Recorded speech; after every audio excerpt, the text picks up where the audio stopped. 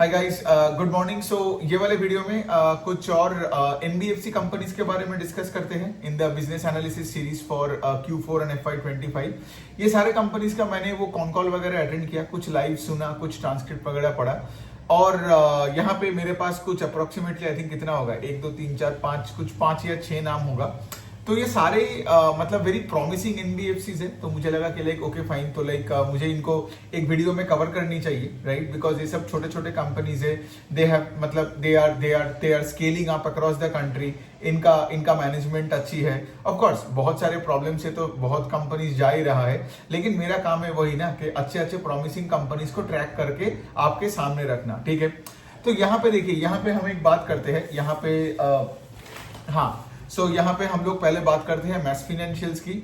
सो यहाँ पे देखिए, मैस फिनेंशियल्स का अगर मैं बात करूं तो मैस फिनेंशियल्स एक एमएसएमई लेंडर है। आई थिंक उनका 80% of the book is in MSME lending, ठीक है? तो लेकिन आपको तो पता ही है, राइट? पिछले 1 1.5 2 साल में ये जो lower strata of the society का, मतलब हमारे lower strata of society economy में आपने देखा होगा कस्टमर ओवर लेवरेजिंग का बहुत सारे बातें हुआ, इन्फ्लेशनरी प्रेशर था, so on and so fourth. तो इससे क्या हुआ, बहुत माइक्रो फाइनेंस कंपनीज का तो डायरेक्टली इफेक्ट हुआ। इवन उसके साथ साथ बहुत एमएसएमई कंपनीज भी अफेक्टेड हुए, ठीक है? सो मैस फाइनेंशियल्स कोई अफेक्टेड नहीं हुआ in terms of asset quality, ठीक है? मैस फाइनेंशियल्स बहुत अच्छे से, मतलब बहुत अच्छे से लेंड करते हैं। उनका एसेट क्वालिटी बहुत अच्छा है, कलेक्शन एफिशिएंसी बकेट्स अच्छा है, फिर उनका डीपीडी बकेट्स भी बहुत स्टेबल है। लेकिन कंपनी का मैनेजमेंट ने गाइडेंस को घटा दिया फॉर प्रूडेंट पर्पस, ठीक है? पहले ये कंपनी 25% के ऊपर ग्रो करने का बात करता था, अभी बोल रहे हैं कि वो 20 to 25% के रेंज से ग्रो करेगा, ठीक है? सो बेसिकली देखिए, अब बात क्या होता है ना, यहाँ पे दो चीज आता है। यहाँ पे ऑफकोर्स अगर आप मुझसे पूछोगे कि ये डिसीजन गलत था या सही था, मैं बोलूंगा एकदम सही है ना। बिकॉज जब तुम बुरे टाइम में you should pull the brakes ना। जब मतलब बुरे टाइम में थोड़ी कोई ऐसे डिसबर्स करता रहेगा, तब क्या पता और भी मतलब एसेट क्वालिटी खराब हो जाए। लेकिन हैविंग सेड दैट, मार्केट में प्रॉब्लम ये होता है कि लेट से कोई अगर स्टॉक का प्राइस टू बुक हाई रहता है, जैसे मैस फाइनेंशियल्स का है, और उसका बिजनेस का ग्रोथ मोमेंटम का गाइडेंस घटा देता है, ठीक है? तो उससे क्या होता है ना, वो स्टॉक पे प्रेशर बनता है, वो स्टॉक चलती नहीं है। सो मैस फाइनेंशियल्स का कुछ ऐसा ही सीन है, लेकिन बहुत अच्छी कंपनी है, ठीक है? जैसे मैं बता रहा हूँ 20-25% का ग्रोथ का गाइडेंस, और इनका आरओए का नंबर भी मैनेजमेंट बोलता है कि लाइक वो 2.75 to 3.25% के बीच में ही रहेगा, राइट? और कंपनी धीरे धीरे करके स्केल अप करेगा। जैसे फॉर एग्जांपल उन्होंने ये भी बताया कि लाइक अभी लोन बुक कितना होगा मैस फाइनेंशियल्स का, 20 आई थिंक 12,000 करोड़ के आसपास होगा, 12,000 करोड़। और मैनेजमेंट का कहना है कि 3 से 4 साल में हम लोग 20,000 करोड़ को क्रॉस कर लेंगे। सो 12 to 20 इन 3 to 4 years, मतलब वही ना, आपका वो 18-20-22% से वो ग्रो करेगा। अब ऑफ कोर्स जब माहौल ठीक हो जाएगा, राइट? जब माहौल ठीक हो जाएगा तो क्या पता आगे जाके मैस फाइनेंशियल्स का मैनेजमेंट आके गाइडेंस बढ़ाए, right? But we also have to understand कि लाइक दो एंगल से, ए कि कंपनी की तरफ से कोई गड़बड़ नहीं है। मतलब जैसे मैं बोला, राइट, प्रॉब्लम के टाइम में जैसे आपने देखा होगा कि लाइक कोई भी माइक्रो फाइनेंस कंपनी या कोई भी स्मॉल फाइनेंस बैंक हो या बड़ा बैंक हो, आपने देखा होगा ये सारे इंस्टीट्यूशंस, क्रेडिट का जो भी इंस्टीट्यूशंस है, उन्होंने क्या किया पिछले 1-1.5 साल से, personal loan, credit card, micro finance, मतलब अनसिक्योर्ड में बहुत, मतलब अनसिक्योर्ड में सब ने पुल बैक किया, which is a good sign. But having said that, stock market में वो स्टॉक उतना नहीं चलता है, बिकॉज तुम्हारा पेस ऑफ ग्रोथ का गाइडेंस तुमने घटा दिया। सो एक बात तो ये हो गया बात। दूसरा चीज है कि लाइक मैस ने एक और चीज बताया कि लाइक सिंस वो एमएसएमई लेंडर्स, एमएसएमई मतलब क्या, ये छोटे छोटे बिजनेसेस को पैसा देता है ना, उनके वर्किंग कैपिटल नीड्स के लिए, टर्म लोन के नीड्स के लिए, और बिजनेसेस मतलब वेरियस सेक्टर्स में है। तो मैस फाइनेंशियल्स का ये भी कहना है कि लाइक अभी एफएमसीजी और टेक्सटाइल में थोड़ा बहुत उनको प्रेशर दिख रहा है, ठीक है? In of course the geographies they operate, right? तो ये एक इनसाइट हो गया यहाँ से। और उनका एक अफोर्डेबल हाउसिंग का भी एक सब्सिडियरी है जो कुछ 30% के आसपास से ग्रो कर रहा है, ठीक है? सो यहाँ पे देखिए, यहाँ पे मैस का इफ यू सी कि मैंने एक स्पेसेस किया था in the affordable housing space कुछ दिन पहले, राइट? और उसमें मैंने यही बताया था, राइट, कि अफोर्डेबल हाउसिंग में सब मोटा मोटी अच्छा कर रहा है, ठीक है?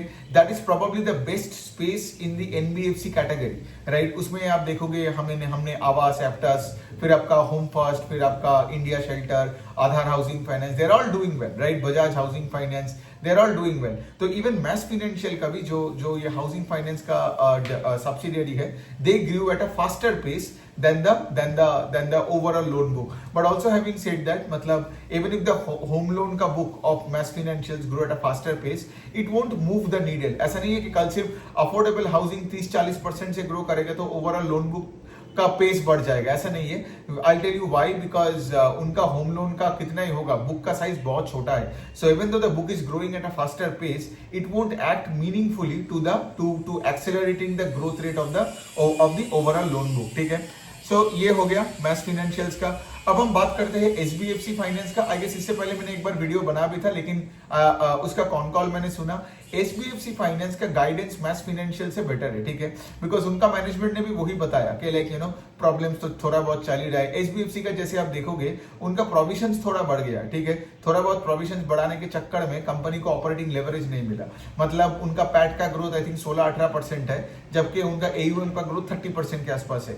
अब देखो तो फिर मतलब मैं क्या बोलने का कोशिश कर रहा हूँ, एमएसएमई में एचडीएफसी भी थोड़ा बहुत इफेक्ट हुआ है, लेकिन इतना चलता है इन द सेंस मतलब from a business perspective, right. NPA का नंबर थोड़ा ऊपर नीचे करेगा एज लॉन्ग एज मतलब कोई बड़ा कोई बंधन बैंक टाइप का कोई प्रॉब्लम ना है, बंधन बैंक हो या इंडसइंड बैंक हो, या मतलब you get the point here, right. मतलब एसेट क्वालिटी थोड़ा ऊपर नीचे करेगा, that is part and parcel of the business. और मैं तो ये भी बोलता हूँ फिनेंशियल्स में, if you are making more money then you are losing money, then overall तुम्हारा आरओई का नंबर तो ऊपर ही जाएगा ना। लेकिन हैविंग सेड दैट, जैसे मैं एचडीएफसी का बात कर रहा हूँ, इनका यही सिचुएशन है, they are making way more money than they are losing money, so the ROE number is moving northwards, ठीक है। और इसी वजह से, और क्या है ना, मैनेजमेंट ने इसी वजह से गाइडेंस को भी नहीं घटाया, गाइडेंस वही है that we will continue to grow the book by 5 to 7% quarter on quarter, ठीक है। और वो वही किए जा रहे हैं पिछले 2 साल से, जो मैं इस कंपनी को ट्रैक कर रहा हूँ, इनका ऐसा ही परफॉर्मेंस है। तो इतने खराब टाइम में भी मैनेजमेंट ने गाइडेंस को नहीं घटाया, which is a good sign. And of course HDFC का अगर मैं बात करूं तो एचडीएफसी का तो मतलब और क्या बोले, मतलब इट्स लाइक उनका निम्स का जो निम्स है वो भी स्टेबल है, और कोई खास कोई प्रॉब्लम तो है नहीं। वो एचडीएफसी जैसे अगर आपको नहीं पता है, वो एक सिक्योर्ड एमएसएमई लेंडर है। आई थिंक उसका 85% of the book of HDFC secured MSME lending, 15% उनका अफोर्डेबल 15% उनका गोल्ड लेंडिंग में है, ठीक है। सो कंपनी तो अच्छी है, स्केल अप भी अच्छी तरीके से कर रहा है। अब हम एक तीसरा कंपनी का बात करते हैं, नॉर्दर्न आर्क करके, ठीक है। तो नॉर्दर्न आर्क बेसिकली क्या करता है, उनका पहले एक B2B बिजनेस हुआ करता था, लेकिन फिर उन्होंने कोविड के बाद से उन्होंने B2C सेगमेंट से चालू किया। B2C का मतलब है डायरेक्ट टू कस्टमर, मतलब हम डायरेक्टली कस्टमर के पास जाके हम पैसे देंगे, ठीक है।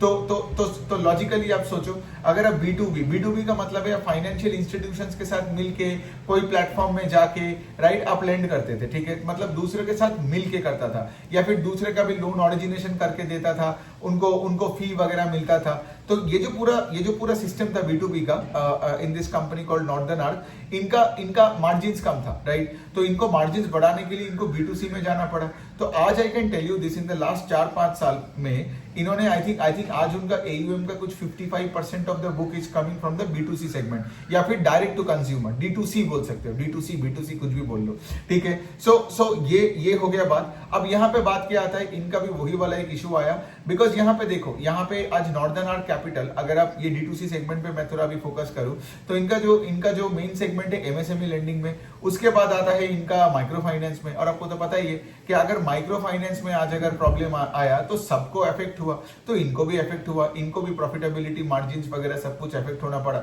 सो एंड ऑफ कोर्स इन्होंने ये भी बताया कि एमएसएमई में जो ये लो टिकट साइज एमएसएमई के सेगमेंट में भी इनको प्रॉब्लम्स दिखा, ठीक है।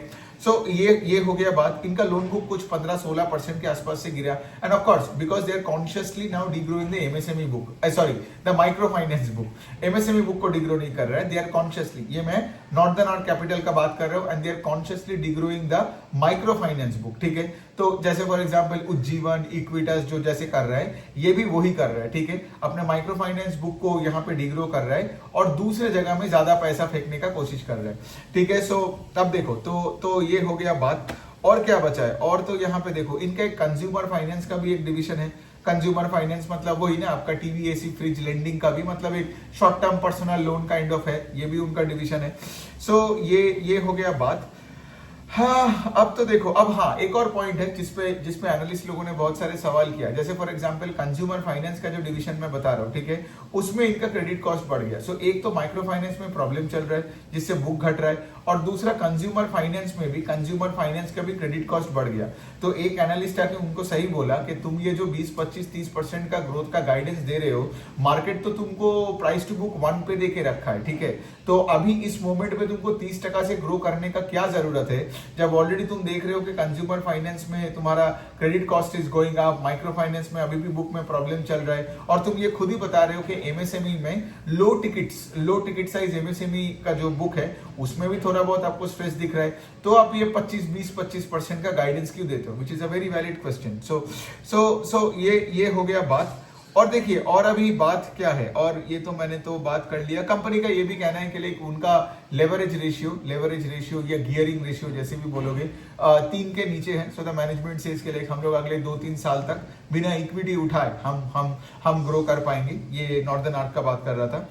तो ये हो गया नॉर्दर्न आर्क। अभी हम चलो बात करते हैं आपका क्रेडिट एक्सिस ग्रामीण का बात करते हैं। सो देखिए, अब वही वाला पॉइंट है, क्रेडिट एक्सिस ग्रामीण एक एमएफआई बेस्ड एक एनबीएफसी है, एकदम गांव वाले को लेंड करते हैं, माइक्रो फाइनेंस कस्टमर्स के, एकदम विलेज पीपल को। बट क्रेडिट एक्सिस ग्रामीण का भी वही है उनका। अब देखो, जैसे मैं दूसरे कंपनीज के लिए बोला कि माइक्रो फाइनेंस का वर्स्ट दिन हो चुका है, ठीक है। वर्स्ट दिन कब था? ये अक्टूबर नवंबर दिसंबर के टाइम, जब लेट्स से कलेक्शन एफिशिएंसी का बहुत प्रॉब्लम हो रहा था। फिर ये गार्ड रेल डालने के बाद, फिर उसके बाद कस्टमर का ये ओवर लेवरेजिंग को घटाने के बाद, ये सब करने के बाद क्या हुआ, धीरे धीरे करके कलेक्शन एफिशिएंसीज बढ़ने लग गया, ठीक है। और दूसरे साइड में क्या है, आज ग्रामीण ने यही बताया कि except the state of Karnataka, बाकी सारे स्टेट्स का collection efficiencies are back to where it was before the problem started in Jan 2024, ठीक है। इवन कर्नाटका में ये सडनली ये ऑर्डिनेंस का ये बवाल नहीं आता, तो शायद आज पूरे कंट्री में ही माइक्रो फाइनेंस में कलेक्शंस का कहीं पे भी कोई प्रॉब्लम दिखता नहीं, ठीक है। अब देखोगे और भी कंपनीज है जो कि माइक्रो फाइनेंस के लिए यही बता रहे।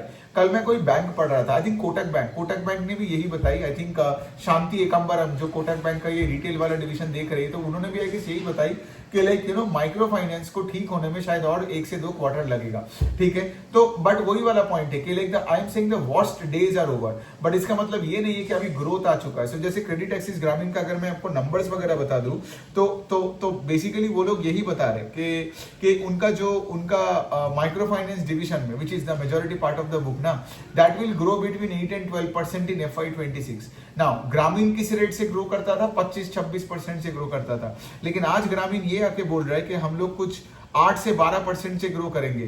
तो बेसिकली वो क्या बोल रहे हैं? ग्रामीण यही बोल रहे हैं ना जो मैं बोल रहा हूँ, यहाँ पे वही बात हो रहा है कि लाइक मतलब प्रॉब्लम खत्म हो चुका है, लेकिन हम लोग वो अनसर्टेन टाइम से अभी निकले नहीं। समझ में आ रहा है? So there are 2 ways. Because क्या होता है, जब मैं बोलता हूं ना कि प्रॉब्लम तो तब होता है ना जब collection efficiencies are going down. अब जब कलेक्शन एफिशिएंसीज मतलब कंटिन्यू टू गो डाउन, तो आपको इमीडिएटली प्रोवाइड करना पड़ता है, ये करना पड़ता है, वो करना, इनकम स्टेटमेंट में हिट लेना पड़ता है, तो वो शायद ना हो। एंड गोइंग फॉरवर्ड इवन ग्रामीण ने भी ये बताया कि FY26 का तो asset quality of the entire book will be far better than FY25 ना, विद इंप्रूविंग कलेक्शन एफिशिएंसी। तो उन्होंने ये भी बताया कि ROE का number will be 13-14% in FY26 versus 7% in FY25। लेकिन इसका मतलब ये नहीं है कि the loan book will grow at 30% और 25% जो पहले करता था। समझ में आ रहा है? सो यही वाला पॉइंट है ग्रामीण का। अब वही है, तो मैनेजमेंट ने ये भी बताया कि लाइक जैसे मैं बता रहा हूं ना, it's called the reversing of the trend of the PAR accretion. इतना डिफिकल्ट करके कुछ नहीं है। पार मतलब है पोर्टफोलियो एट रिस्क। तो पोर्टफोलियो एट रिस्क जो बढ़ते जा रहा था, that started reversing from Jan onwards. तो अभी क्या है, अभी तो मई का मंथ भी खत्म हो रहा है, जून आ रहा है। सो बेसिकली लास्ट के 5-6 महीने में मतलब incremental bad loans is coming down, is exactly what that one particular line meant. So यही हो गया बात। तो बात देखिए, और हाँ एक और अच्छी पॉइंट है कि लिए इवन द डिसबर्सल का rate is also going up. Disbursal I think grew credit axis Grameen का by 28 to 30% on a quarter basis, ठीक है, इन Q4 ओवर Q3। सो तुम डिसबर्सल तभी ज्यादा करोगे जब तुमको पता है ना कि तुम्हारा एसेट क्वालिटी एंड कलेक्शंस का सिचुएशन बेटर हो रहा है। सो यही हो गया बात।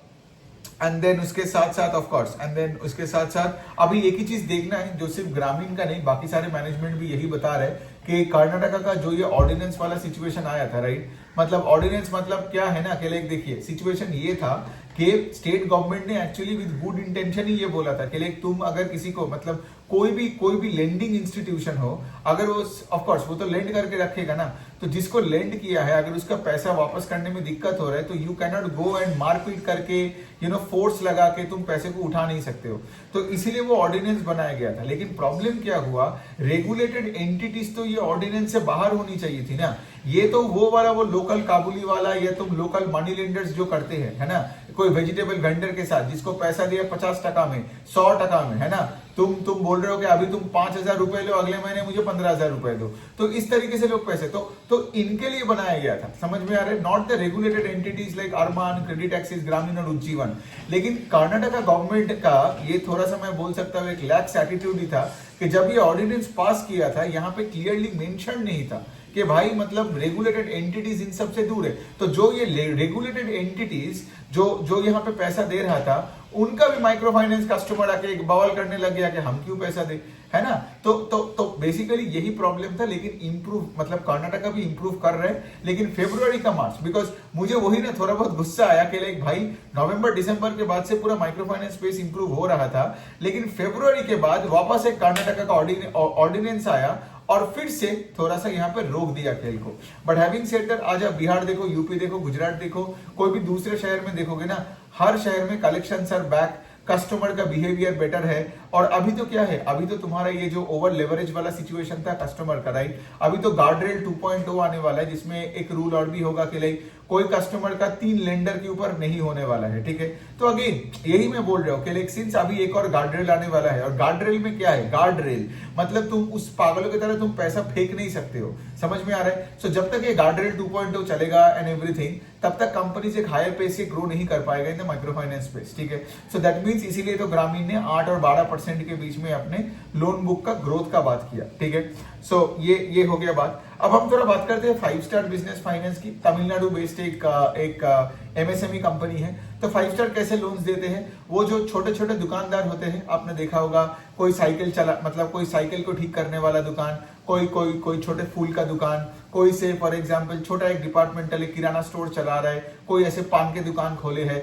5 स्टार बिजनेस फाइनेंस ऐसे लोगों को लेंड करते हैं, ठीक है। So it's not a micro finance business but it's an MSME business जिनका एवरेज टिकट साइज होता है 3 से 5 लाख, समझ में आ रहा है। तो शॉपकीपर लोन्स देने वाले बिजनेस है 5 स्टार, और ये लोग तमिलनाडु से चालू किया और ये लोग स्केल कर रहे हैं। लेकिन आज भी आई थिंक साउथ में उनका कितना होगा, 85-90% ऑफ द एयूएम साउथ से ही आता होगा।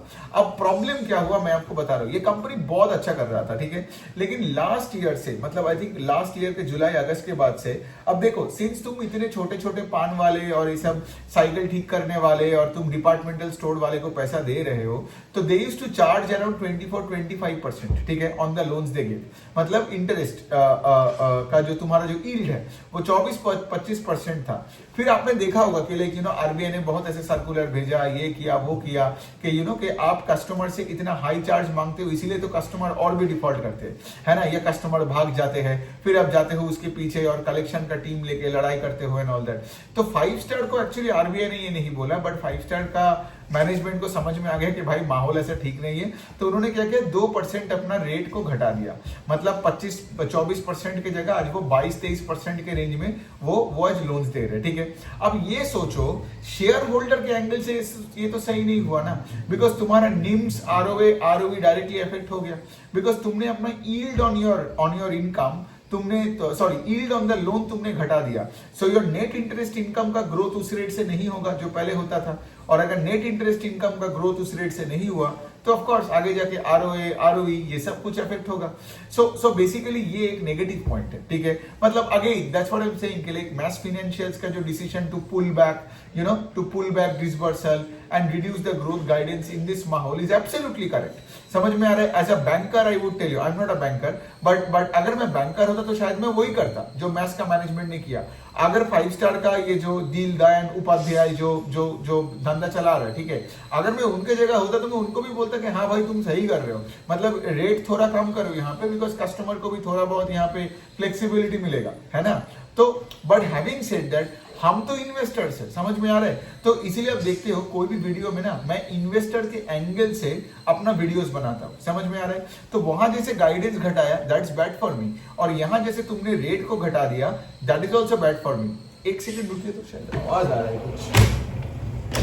हाँ, सो बेसिकली वही वाला पॉइंट है कि यहां पे अगर तुमने ये घटा दिया, तुमने अगर यील्ड घटा दिया that's a bad sign, right. But then again having said that company का और भी इश्यूज है, जैसे कंपनी का जो लोन बुक का ग्रोथ का जो गाइडेंस, जो पहले बोलता था कि हम 30% के रेंज से करेंगे, फिर उन्होंने क्या बोला कि हम 25% से करेंगे, समझ में आ रहा है। ये अभी का नहीं, ये कुछ 6 महीने पहले उन्होंने गाइडेंस को बदला, ठीक है। एक्चुअली मेरे पास 5 स्टार फाइनेंस हुआ करता था, लेकिन मैंने अपने पोजीशन को काटने लगा जब से मैनेजमेंट अपना गाइडेंस घटाया। देखिए the point that I am trying to say, problems दिखता है तभी तो कोई गाइडेंस घटाता है ना। बिना प्रॉब्लम देखे जब एवरीथिंग इज बूमिंग तब कोई गाइडेंस नहीं घटाता है, ठीक है। सो बेसिकली यही है कि वो अपना गाइडेंस को 25% किया, 30% से। इस बार कितना किया, 23% से अपना लोन बुक को ग्रो किया Q4 ओवर Q4। क्यों? बिकॉज ऑफ द कर्नाटका का ऑर्डिनेंस का प्रॉब्लम। व्हाई? बिकॉज देखिए आई नो कि ये माइक्रो फाइनेंस कंपनी नहीं है, लेकिन there are many MSME customers ना, जिनके घरों में माइक्रो फाइनेंस कस्टमर्स है ना। या फिर फॉर एग्जांपल वो एक दुकान चलाता है, लेकिन वो उसका बीवी ने लेट से एक एमएफआई लोन लेके रखा है। तो आज अगर लेट से फॉर एग्जांपल तुम्हारे फैमिली मेंबर का कोई प्रॉब्लम आता है तो तुम भी अफेक्ट होते हो ना, तो तुम्हारा भी कैश फ्लोज अफेक्ट होता है, तो तुम भी शायद यहाँ पे प्रॉब्लम्स में फंस सकते हो। So the point is this, right, कि तुमने अपने गाइडेंस को घटाया 30 से 25 किया और किया 23, और तुमने कर्नाटका को ब्लेम किया। तुमने अपने interest rate on the loans को भी तुमने घटाया, जिससे तुम्हारा आरओए सब घटा।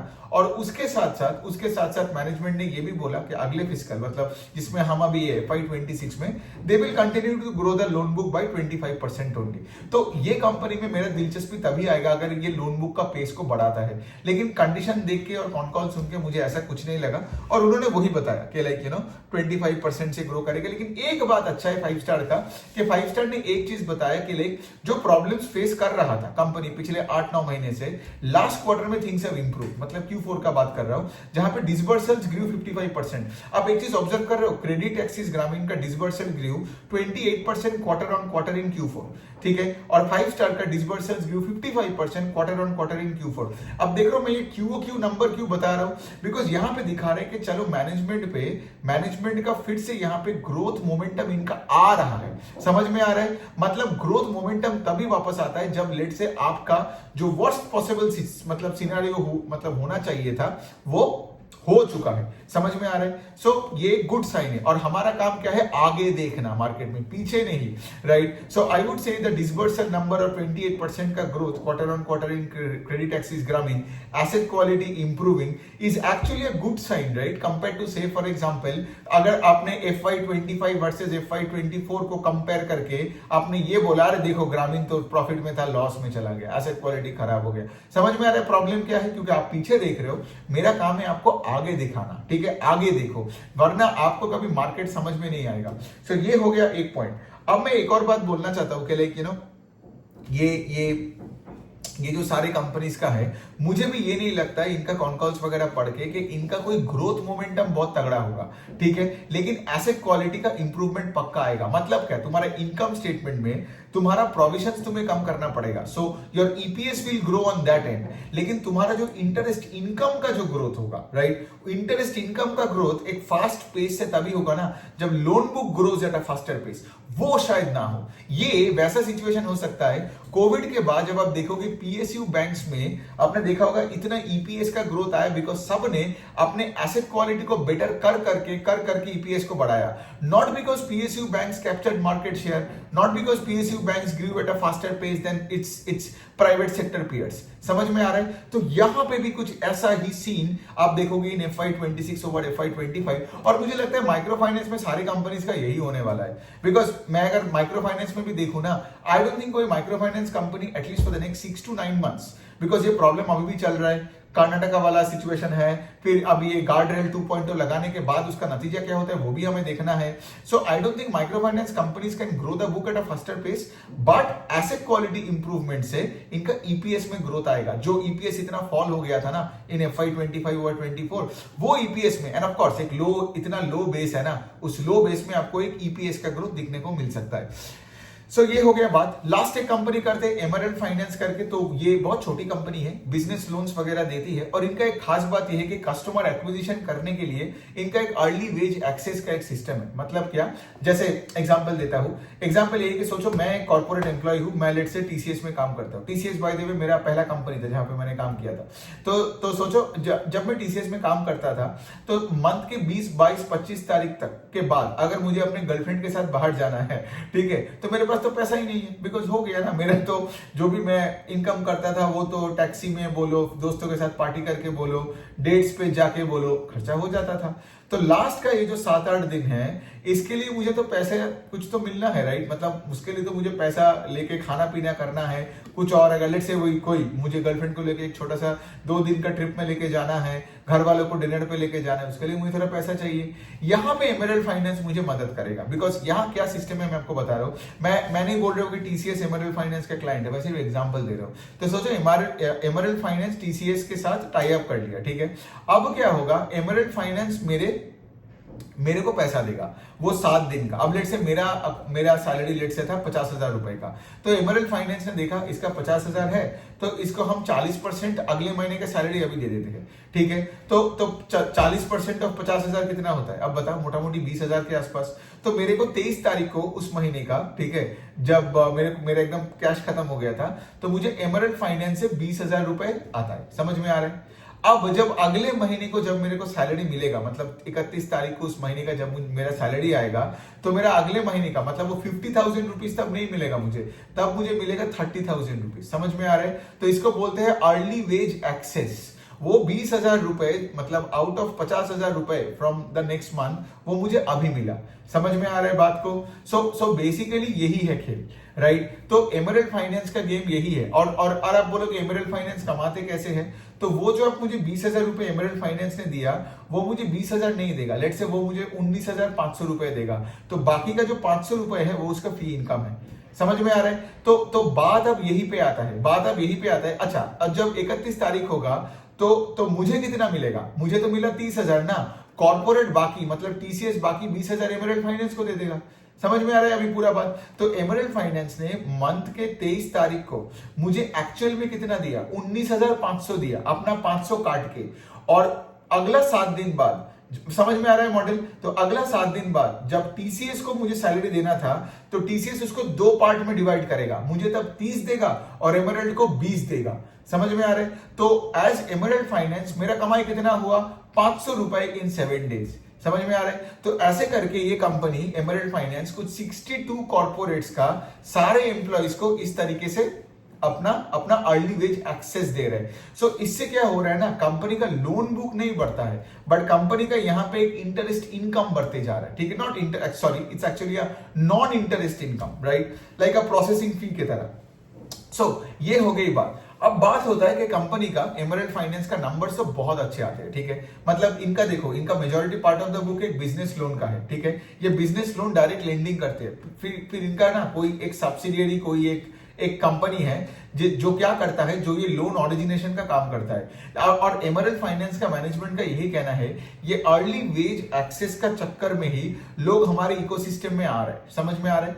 तो जब वो आ रहा है, फिर उसके सामने पूरा बुके ऑफ प्रोडक्ट्स वो फैला के रख रहा है कि भाई तुम बताओ कि तुम्हारे घर में किसी को बिजनेस लोन चाहिए, पर्सनल लोन चाहिए, ये loan, home loan, car loan, उसके लिए ये रहा हमारा प्लेटफॉर्म, इसमें से तुम ले लो कोई भी लोन। समझ में आ रहा है। तो बेसिकली वो लोन कौन देता है, वो लोन देता है लेट से दूसरे बैंक्स, बिकॉज ये company basically is a loan originator for banks. ये 96 या 97 से चालू हुआ था। तो से फॉर एग्जांपल जब वो कस्टमर आता है, ठीक है, अब वो अर्ली वेज एक्सेस में जब घुस जाता है, तो वो कस्टमर का क्या होता है, एक क्रेडिट रेटिंग भी बन जाता है ना। उससे क्या होता है, उस कस्टमर का जब क्रेडिट रेटिंग मिलता है, तो आगे जाके कस्टमर को बड़े टिकट का लोन साइज भी मिल जाता है ना। और वो क्या है, वो एमरल्ड फाइनेंस का जो पूरा ये जो लोन ओरिजिनेशन का पूरा ये प्लेटफॉर्म बना के रखा है, उस प्लेटफॉर्म से लेट से वो आईसीआईसीआई बैंक में जाके लेट से कार लोन ले सकता है, एचडीएफसी बैंक के प्लेटफॉर्म में, मतलब फिर एचडीएफसी बैंक से लेट से एक क्रेडिट कार्ड उठा सकता है। समझ में आ रहा है मैं क्या बोल रहा हूं। तो एमरल्ड फाइनेंस का यही फंड है, खुद का एक बिजनेस लोन का एक सेगमेंट है, राइट। लेकिन उनका मेन जो गेम है वो ये है कि कस्टमर को हम अर्ली वेज एक्सेस करके लाएंगे, ठीक है, और फिर उसके सामने टोटल बुके ऑफ प्रोडक्ट्स छोड़ देंगे। और बहुत छोटी कंपनी है, बहुत छोटी। इनका तो मतलब इनका तो अगर मैं बोलूं, इनका सेल्स इन FY25 over 24 more than doubled हुआ, ठीक है, या कुछ 100% के आसपास से बढ़ा। इवन Q4 ओवर Q4 का भी अगर मैं नंबर बता दूं तो इनका सेल्स कितना होगा, इनका सेल्स आई थिंक, अगर मैं इनका इनकम बताऊं, ठीक है, so income grew 82% in FY25 over FY24 and PAT grew by 114%। समझ में आ रहा है? तो इनका ये Emerald Finance is more of an income generation model. समझ में आ रहा है? तो ये लोग क्या करते हैं, पूरा वो दलाल टाइप का एक बिजनेस है, right? Whether to give you early wage access, whether to help you to take loans from any other financial institutions, इनको सिर्फ अपना कमीशन चाहिए, इसलिए मैं वो दलाली बिजनेस बोल रहा हूँ। बट एनीवे, तो वो तो हर फिनेंशियल ही है। But any which way, the point that I am trying to say, इसके मैनेजमेंट को जब कॉन कॉल में पूछा गया तो उन्होंने यही बताया कि ये जो 80, 90, 100% का जो ग्रोथ का इंजन है वो अगले 2 साल तक भी चलेगा, ठीक है। अब तो ऑफकोर्स हमें ट्रैक करके देखना पड़ेगा, मतलब ऐसा नहीं है कि लाइक कोई कंपनी ने बता दिया हम 100% से ग्रो करेंगे 2 साल में और सब पैसा अपने डाल दिया और बैठ गए एकदम, मतलब बैठ गए मेडिटेशन करने, ऐसा नहीं होता है। कोई अगर आपको अच्छा मौका मिल रहा है, जैसे इस कंपनी में कोई एनपीए भी नहीं है ना, बिकॉज एनपीए होगा भी कैसे उतना, तो इनका ग्रॉस एनपीए भी कुछ नहीं है, नेट एनपीए भी कुछ नहीं है, ठीक है, और मैनेजमेंट बता रहे अपना पैट को डबल करता रहेगा हर साल at least for the next 2 years. तो बेट तो अच्छा है, लेकिन यहाँ पे आपको एक चीज देखना पड़ेगा, ठीक है, कि जैसे ये कंपनी ने क्या बोला कि अभी हमारे पास 60-65 के आसपास कॉर्पोरेट है, तो अगले साल हम लोग 250 के आसपास कॉर्पोरेट में लेके जाएंगे, सेल्स को डबल करेंगे, ये करेंगे वो करेंगे। लेकिन मैं आपको ये बता रहा हूँ कि लाइक एज एन इन्वेस्टर आप क्या कर, देखो इस कंपनी में मेरा कोई होल्डिंग नहीं है, ठीक है। अब the point that I am actually trying to say इसके लिए, इसमें होल्डिंग आप बना सकते हो बिकॉज इतने फास्ट पेस से ग्रो कर रहा है, एसेट क्वालिटी अच्छा है, आपका कोई एनपीए नंबर नहीं है, लेकिन आराम से बिल्ड करो। बिकॉज इसका अगर मैं नंबर्स भी आपको बता दूं ना, इसका तो पूरे साल में profits are less than 10 crore के आसपास, तो आपको हड़बड़ी नहीं करनी है, ठीक है। This company can grow to be immensely big, और इसके साथ आप बड़ा बनो, ठीक है। मैं क्यों बोलता हूं ना छोटे कंपनीज के साथ बड़ा बढ़ने का, because they have a higher chance of fucking it up ना। But also having said that, आपको छोटे कंपनीज को मौका तो देना पड़ेगा, तो थोड़ा एलोकेशन करो और कंपनी का परफॉर्मेंस देखते देखते, मैंने हमेशा मेरे जो भी स्टॉक्स, मैं बोल सकता हूं मेरे लाइफ में मैंने बहुत ऐसे स्टॉक्स मेरे पोर्टफोलियो में देखे जो लेट से मेरा पहले बाई प्राइस से 10x हुआ, लेकिन इसका मतलब ये नहीं कि मैं उसके बाद में नहीं लिया, मैं लेता गया, अच्छा करता गया, लेता गया, अच्छा करता गया, ऊपर लेता गया, ऊपर लेता गया, ऊपर लेता गया। समझ में आ रहा है? सो गेम ऐसा होनी चाहिए, बिकॉज जब मैं पहले बार कोई कंपनी को, जैसे अगर मैं एमरल्ड फाइनेंस में आज कुछ पैसा डालता भी हूँ, राइट, मुझे क्या पता कंपनी के बारे में, इतनी छोटी कंपनी है, ओवर द टाइम एग्जीक्यूशन देखना है और उसके अनुसार गाइडेंस सुनना है, कॉन कॉल सुनना है, ट्रैक करनी है, वो इग्नोर करके कुछ नहीं होगा, ठीक है। तब अब जाके आईटीसी लो और पूरे साल में 2% का रिटर्न लो। But all I am trying to say, इसके लिए ऐसे कंपनीज के साथ अगर आपको मल्टी बैगर्स चाहिए तो ट्रैक करना पड़ेगा और उसके अनुसार आपको आगे बढ़ना पड़ेगा। सो चलिए, अच्छी कंपनी है एमरल्ड फाइनेंस, तो हमने तो चलो बहुत सारे कंपनीज का डिस्कशन कर लिया। एनी विच वे, आगे तो ये बहुत बड़ा लाइव वर्कशॉप आने वाले है पोर्टफोलियो एनालिसिस का, जहां पे मैं आपको यही सब दिखाऊंगा, मेरे पोर्टफोलियो का हर स्टॉक निकाल के मैं यही दिखाऊंगा कि लाइक वो स्टॉक मैं क्यों लिया, उसके एलोकेशन में कैसे कर रहा हूँ, मतलब उसको ऊपर लेके जा रहा हूँ या नीचे लेके जा रहा हूँ, राइट। वो अपने सेक्टर में आप देखोगे सारे पीयर से एक फास्टर पेस से ग्रो करता है, फास्टेस्ट पेस से ग्रो करता है, उन सब कंपनीज का आरओई ऊपर की तरफ जा रहा है, pace of sales growth is high, guidance is high, माहौल बहुत अच्छा होता है कॉन कॉल का, राइट। और अगर कोई कंपनी को मैं पोर्टफोलियो से निकाला या फिर उसको काटा, अभी भी है लेकिन उसको लेट से काट के वहां है, वो भी आपको दिखेगा। या जो भी, जैसे मैंने कल काका इंडस्ट्रीज का एग्जांपल लेके वही बताया ना कि जो भी कंपनीज को मैं निकाला इन the last few years, right, वो भी मैं सारे एग्जांपल लेके आपके सामने रखूंगा कि लाइक वो मेरे पोर्टफोलियो से क्यों निकाल के, बिकॉज ये तो हर वक्त होता ही रहता है, राइट। मतलब I can tell you for every good multi bagger I get, there are 5 to 10 names जो मेरे लिए चलता नहीं है, सबका 10, 20, 30% का मतलब घाटा ले लेके मुझे निकलना पड़ता है। But that's life, right. When you make it big, you make it super big, तब वो स्टॉक के साथ छेड़खानी नहीं करना है। दूसरे साइड में अगर कोई कंपनी फकअप कर रहा है, गाइडेंस घटा रहा है, प्रॉब्लम क्रिएट, जैसे मैंने 5 स्टार के बारे में तो वही बोला, 5 स्टार में I was building my position till the management cut the guidance, and मैं उसको काट के अब तो पोर्टफोलियो से ही निकाल दिया, अब तो है भी नहीं। लेकिन उसका भी एग्जांपल मैं आपको बताऊंगा with detail in the workshop, और बहुत मजा आने वाला है आपको। मतलब बहुत सारे स्टॉक्स का ना जर्नी के बारे में पता होनी चाहिए, फिर आप क्या होगा ना, फिर अपने पोर्टफोलियो में it will be easy for you to have a similar journey with the stocks in your portfolio. So बहुत मजा होने वाला है और registration link for the live workshop कर लो, बिकॉज आई थिंक हम लोग तो 270 के ऊपर हो ही गया है ऑलरेडी, सीट्स फिल्ड हो गए, 1000 सीट्स है। सो जल्दी जल्दी कर लो, बिकॉज 1000 के ऊपर हो जाएगा तो I won't be able to take more people. तो चलिए मिलते हैं 7 जून को, रजिस्ट्रेशन कर लो और 7 जून को वी स्टार्ट एट 10 AM। 6 बजे तक का तो नॉर्मल सेशन रहेगा, ठीक है, लेकिन मैं एक चीज बोल सकता हूँ कि मैं सारा Q&A लूंगा, और Q&A में अगर Q&A करते करते रात को 12 भी बज जाता है तो आई डोंट केयर, मैं आप सबका सवालों का सबका सवालों का जवाब दूंगा और प्रॉपर डिस्कशन करेंगे। तो उस दिन आते हैं, बात करो मेरे साथ, बहुत मजा आएगा। आपके पास और भी स्टॉक्स होगा तो आप आपके पोर्टफोलियो को लेके भी बात कर सकते हो और सेक्टर्स के लेके बात कर सकते हो। ऐसा नहीं कि सिर्फ मेरा ही पोर्टफोलियो लेके हम बात करेंगे, ऐसा नहीं है। Will talk about businesses, will talk about sectors, will talk about equity research, and will have a lot of fun. So on that note, thank you so much.